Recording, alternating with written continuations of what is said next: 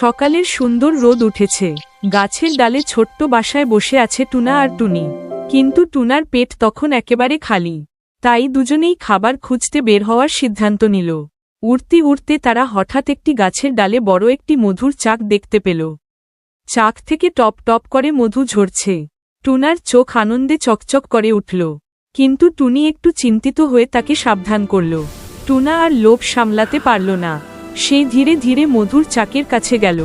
হঠাৎ ভনভন শব্দ করে অনেক মৌমাছি চাক থেকে বের হয়ে এল। এবার টুনার বিপদ শুরু। মৌমাছির দল টুনাকে তাড়া করতে লাগল। টুনা প্রাণপণে উঠতে লাগল সামনে সামনে।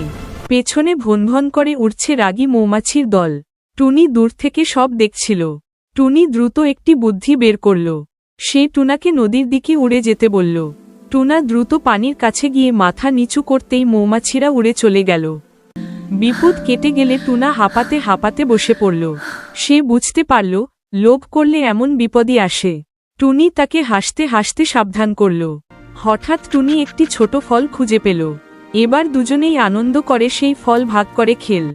আর টুনা মনে মনে ঠিক করল, লোভ করলে আর কখনো বিপদ ডেকে আনবে না। Subscribe Amar Cartoon Bunglet TV.